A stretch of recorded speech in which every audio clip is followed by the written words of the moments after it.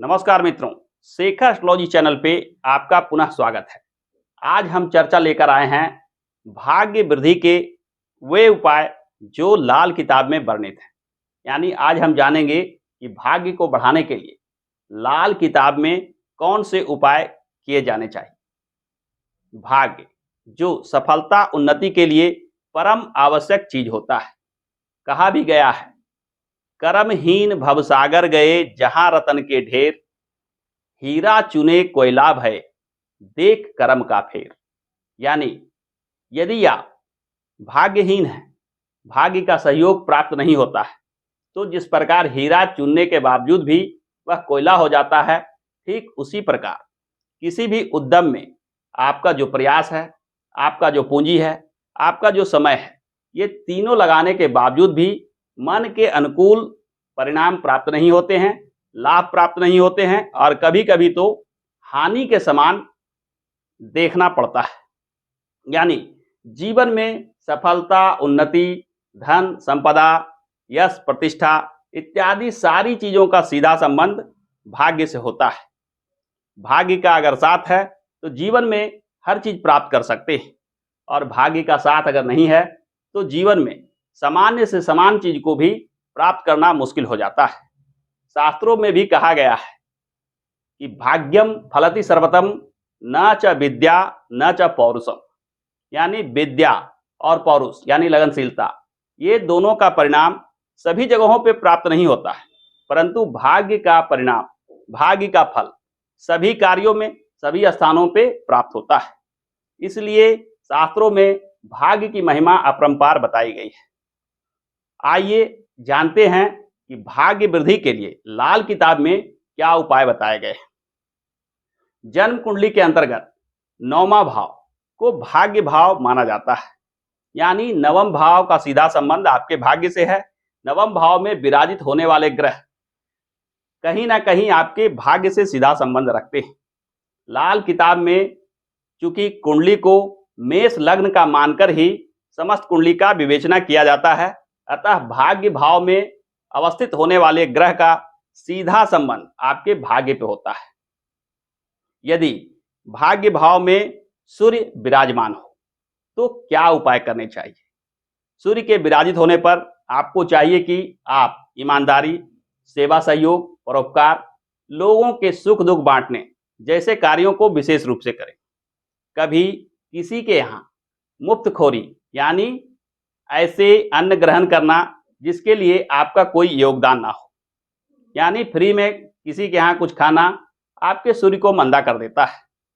सूर्य के अगर अशुभ प्रभाव दिख रहे हो तो आपको चाहिए कि पीतल के बर्तन विशेष रूप से धोकर रसोई में रखें।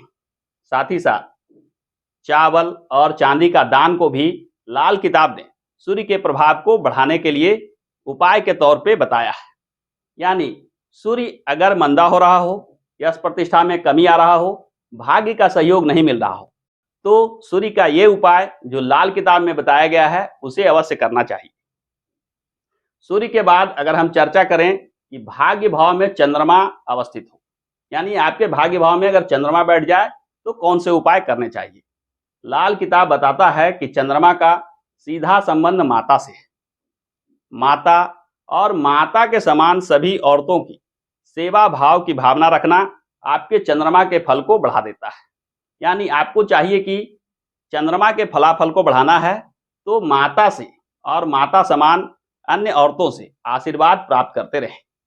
इनकी सेवा, इनका सहयोग आपके जीवन में चंद्रमा के बलाबल को बढ़ा देता है, और भाग्य भाव में स्थित होने के बाद चंद्रमा के बलाबल बढ़ने से आपका भाग्य का सहयोग पूर्ण रूप से प्राप्त होने लगता है। यह चंद्रमा यदि अशुभ प्रभाव दे रहा हो तो यह निश्चित मानिए कि भाग्य में बाधा आ जाती है। चंद्रमा के प्रभाव को बढ़ाने के लिए गौ माता की सेवा करना भी लाल किताब का एक अचूक उपाय बताया गया है। यानी चंद्रमा यदि भाग्य भाव में स्थित हो जाए तो इन उपायों को करके चंद्रमा के बलाबल को आप बढ़ा सकते हैं। चंद्रमा के बाद अगर हम चर्चा करें मंगल की, साहस, शक्ति, हिम्मत, हौसला के कारक मंगल यदि भाग्य भाव में विराजमान हो जाए तो यह निश्चित मानिए कि यह आपके भाग्य को जागृत कर देता है। नवम भाव में मंगल का बैठना लाल किताब के अनुसार अत्यंत शुभ परिणाम देता है। आपको भाई का सहयोग विशेष रूप से प्राप्त होता है। परंतु यह मंगल जब शुभ फल देने में कमी कर रहा हो, यानी इसके बलाबल में कमी महसूस हो रही हो, भाग्य के जागने में बाधा विघ्न दिख रहा हो, तो आपको चाहिए कि अपने मस्तक पे लाल चंदन का टीका प्रतिदिन लगाएं। ऐसा करने से मंगल के प्रभाव धीरे धीरे बढ़ते चले जाते हैं। साथ ही साथ मंगल सेवा सहायता के कारक ग्रह भी माने जाते हैं। अतः आपको गरीबों को मुफ्त में भोजन कराना, किसी रोग व्याधि का इलाज में दवाई के खर्च देना जैसे उपायों को करने से भी मंगल के शुभ फल धीरे धीरे बढ़ते चले जाते हैं। मंगल के बाद अगर हम चर्चा करें बुध ग्रह के बारे में, बुध ग्रह का नवम भाव में बैठना शुभ नहीं माना जाता है। लाल किताब के अनुसार बुध यदि नवम भाव में विराजित हो जाएं तो भाग्य में विशेष बाधा विघ्न देखने को मिलता है। आप ऐसे स्वभाव के बन जाते हैं कि व्यर्थ के किसी के निंदा या मजाकिया अंदाज में कुछ बातचीत करने में रुचि लेते हैं। इस प्रकार के वार्तालाप शैली से आपको हानि उठाना पड़ सकता है। अतः आपको चाहिए कि इन चीजों से बचें। साथ ही साथ लाल किताब ने इसके लिए उपाय बताया है कि आपको गाय माता को हरा चारा अवश्य खिलाना चाहिए। गाय माता को हरा चारा खिलाने से आपके बुध के प्रभाव धीरे धीरे शुभ होते चले जाते हैं। बुध के प्रभाव को शुभ करने के लिए गणेश भगवान से जुड़े पूजा पाठ का भी विशेष महत्व बताया गया है। यदि आप गणेश भगवान के विधिवत पूजा पाठ करते हैं तो आपका बुध धीरे धीरे प्रभावी होने लगेगा और भाग्य में आ रही बाधा विघ्न अड़चन धीरे धीरे दूर होने लगेगी। बुध के बाद यदि हम गुरु यानी बृहस्पति की चर्चा करें, बृहस्पति का भाग्य भाव में बैठना अत्यंत शुभ स्थिति माना जाता है। लाल किताब ऐसा मानता है कि भाग्य भाव में यदि विराजित गुरु आपके जीवन में शुभ फल देने पर आ जाए तो जीवन में चहुमुखी विकास होता है। प्रत्येक कार्य में सफलता प्राप्त होता है। धन संपदा हो, ऐशो आराम हो या यश प्रतिष्ठा हो, हर मामले में आप भाग्यशाली होते हैं। कम प्रयास से भी पूरा लाभ प्राप्त करते हैं। गुरु का नवम भाव में बैठना एक वरदान की तरह होता है, परंतु आपको एक सावधानी रखना चाहिए। गुरु अत्यंत सात्विक ग्रह होते हैं, अतः आपको खान पान में सात्विकता रखनी चाहिए, यानी मांस मदिरा हो, अंडा हो या अन्य इस प्रकार से जुड़े भोजन हो।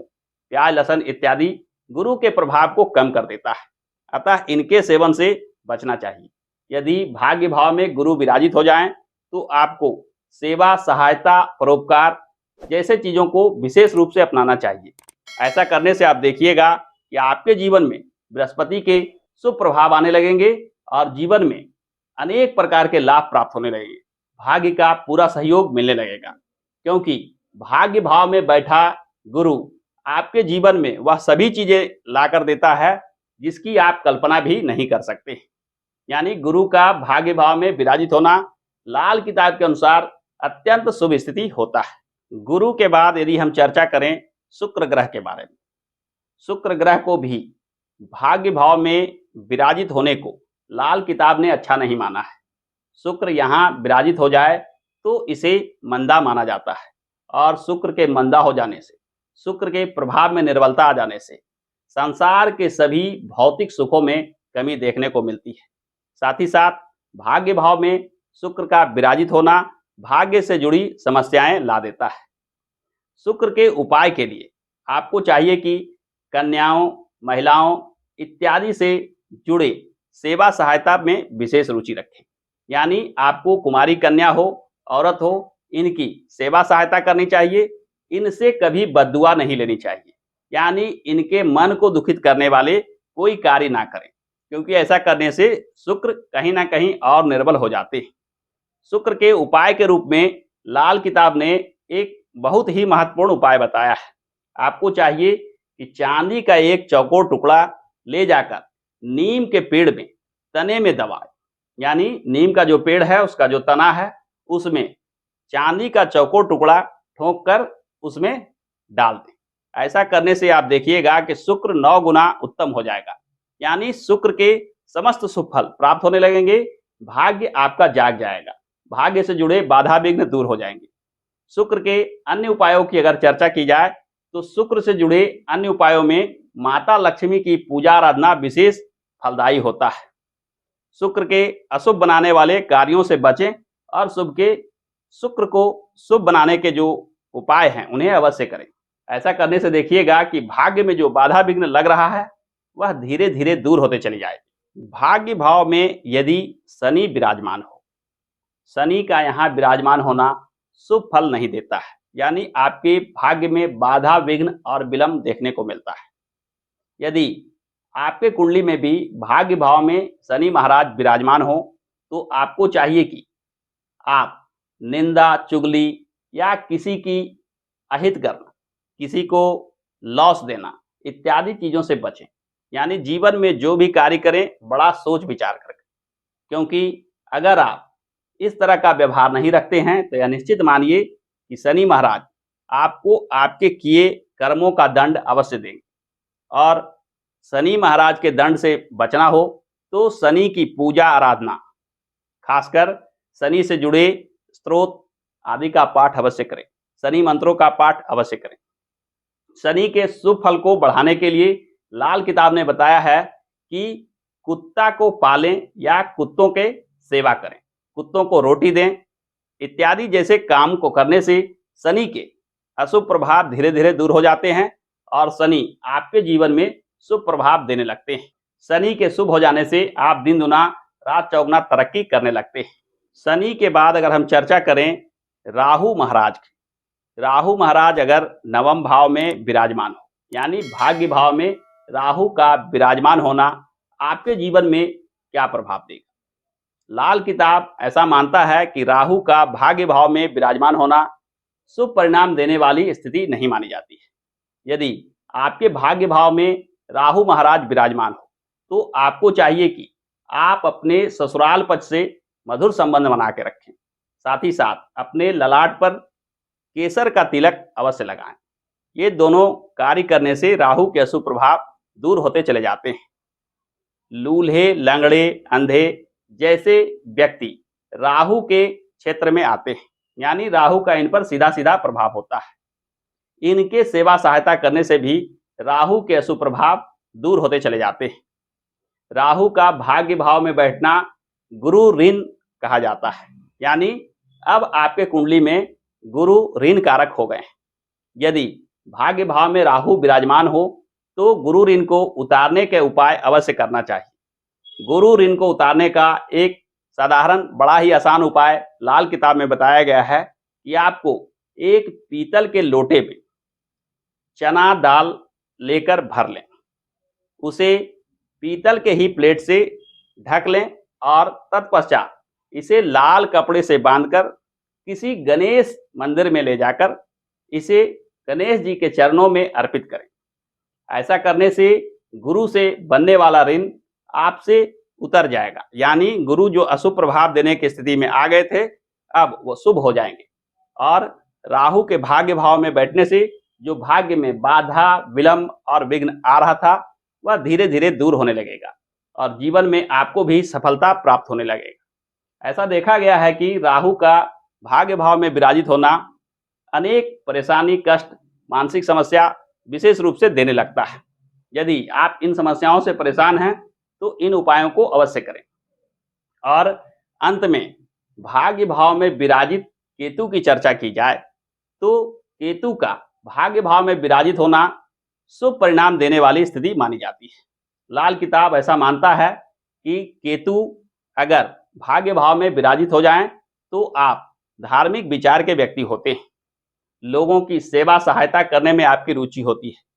यदि आप अपने जीवन में इन चीजों से विमुख हो रहे हैं या आपको धार्मिकता से अरुचि हो रही हो, अधार्मिक स्वभाव बन रहा हो तो इनसे बचें। आप देवी देवताओं के प्रति अटूट श्रद्धा रखें, पूजा पाठ नियमित रूप से करें, नियमित रूप से मंदिर जाएं। इन चीजों को करने से गुरु के प्रभाव से केतु का फलाफल शुभ होने लगेगा। यानी भाग्य भाव में अगर केतु विराजमान हो तो आपको धार्मिक व्यवहार बना लेना चाहिए। ऐसा करने से केतु के भी अशुभ प्रभाव आपके जीवन से दूर हो जाएंगे। जीवन में जो भाग्य संबंधित बाधा विघ्न और विलंब लग रहा था वह धीरे धीरे दूर हो जाएगा। तो इस प्रकार से हमने देखा कि भाग्य भाव यानी नवम भाव में ये जो ग्रह विराजमान हो तो इनसे जुड़े लाभ को बढ़ाने के लिए, इनके अशुभता को दूर करने के लिए लाल किताब में क्या उपाय बताए गए हैं। यदि भाग्य भाव में कोई ग्रह विराजमान ना हो तो उससे जुड़े उपाय विशेष रूप से लाल किताब में बताए गए हैं। तो इस प्रकार से हमने देखा कि भाग्य भाव में ये जो 9 ग्रह विराजमान होते हैं, कुछ ग्रह शुभ प्रभाव देते हैं, कुछ ग्रह अशुभ प्रभाव देते हैं। शुभ प्रभाव को बढ़ाने के लिए और अशुभता को दूर करने के लिए लाल किताब ने विभिन्न प्रकार के उपाय बताए हैं। यदि भाग्य में वृद्धि करना चाहते हैं तो इन उपायों को अवश्य आजमाएं। कहा भी गया है कि सकल पदार्थ हैं जग माही, कर्महीन नर पावत नाही। यानी भाग्य का अगर सहयोग नहीं हो तो इस जगत संसार की सारी चीजें आपके लिए व्यर्थ है।